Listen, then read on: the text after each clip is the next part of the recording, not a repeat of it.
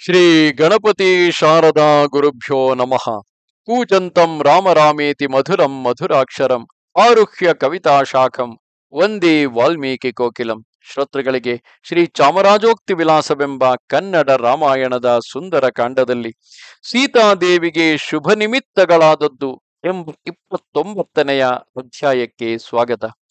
ಇಲ್ಲಿಯವರೆಗೂ ಸೀತೆಯು ಅತ್ಯಂತ ಹತಾಶಳಾಗಿ ತನ್ನ ಪ್ರಾಣವನ್ನೇ ಬಿಡುವ ನಿರ್ಧಾರವನ್ನು ಕೈಗೊಂಡಿದ್ದಳು. ಹಿಂದೆ ತಾನು ಮಾಯಾಮೃಗವನ್ನು ಕಂಡು ಅದರ ಕಾರಣವಾಗಿ ರಾಮನನ್ನು, ಕೊನೆಗೆ ಲಕ್ಷ್ಮಣನನ್ನೂ ದೂರ ಕಳುಹಿಸಿದ್ದಕ್ಕೆ ಪಶ್ಚಾತ್ತಾಪ ಪಡುತ್ತಿದ್ದಳು.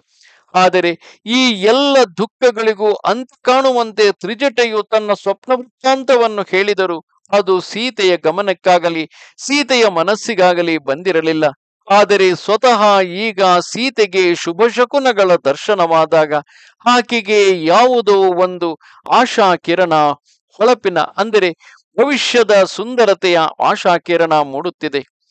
ಈ ಪ್ರಕಾರದಲ್ಲಿ ಮರದಡಿಯಲ್ಲಿ ಅನಾಥೆಯಾಗಿ ಹರ್ಷಗೆಟ್ಟು ಹಂಬಲಿಸುತ್ತಿದ್ದ ಸೀತಾದೇವಿಗೆ ಶುಭ ಸೂಚಕವಾದ ನಿಮಿತ್ತಗಳು ಆದವು. ಆ ದೇವಿಯ ಶೋಭನವಾದ ಮುಖದಲ್ಲಿ ಎಡಗಣ್ಣು ಮತ್ಸ್ಯಗಳ ಸಂಚಾರದಿಂದ ಚಲಿಸುವ ಕೆಂದಾವರೆಯಂತೆ ಹಾರುತ್ತಿತ್ತು. ಶ್ರೀಗಂಧ ಮೊದಲಾದ ಅನುರೇಪನ ವಸ್ತುಗಳಿಗೆ ಯೋಗ್ಯವಾದ ಎಡಭುಜವು ಹಾರುತ್ತಿತ್ತು.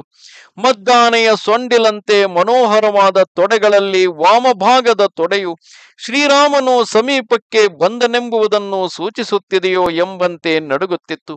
ಸಾಮಾನ್ಯವಾಗಿ ಸ್ತ್ರೀಯರಿಗೆ ಎಡಗಣ್ಣು, ಎಡಭುಜ, ಎಡ ತೊಡೆ ನಡುಗುವುದು ಶುಭ ಸೂಚಕವೆಂದು ಭಾವಿಸಲಾಗುತ್ತದೆ. ಪುರುಷರಲ್ಲಿ ಅದು ಅಶುಭ ಸೂಚಕವಾಗಿರುತ್ತದೆ.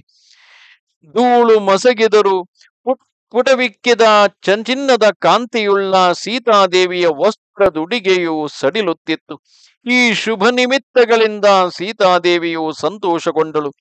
ತೊಂಡೆಯ ಹಣ್ಣನ್ನು ಹೋಲುತ್ತಿದ್ದ ತುಟಿಯು, ಮನ್ಮಥನ ಬಿಲ್ಲನ್ನು ಹೋಲುತ್ತಿದ್ದ ಹುಬ್ಬುಗಳು, ಮೃದುವಾಗಿ ನಯವಾದ ಕಣ್ಣೆವೆಗಳು, ಮುಗುಳು ನಗೆಯಿಂದ ಕೂಡಿದ ಬಿಳಿಯ ದಂತ ಪಂಕ್ತಿಗಳು ಇದ್ದ ಮನೋಹರವಾದ ಸೀತಾದೇವಿಯ ಮುಖವು ರಾಹು ತುಡಿಕೆ ಬಿಟ್ಟ ಚಂದ್ರ ಮಂಡಲದಂತೆ ಕಾಂತಿಯೇರಿತು.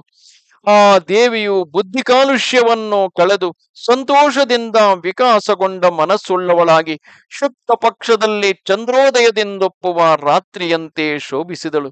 ಏಕೆಂದರೆ ಅಲ್ಲಿಯೇ ಸಮೀಪದಲ್ಲಿ ಶ್ರೀರಾಮನ ಸಂದೇಶವನ್ನು ಹೊತ್ತು ಹನುಮಂತನು ಸೀತೆಯನ್ನು ಭೇಟಿಯಾಗಲು ಕಾದಿರುವನಲ್ಲವೇ.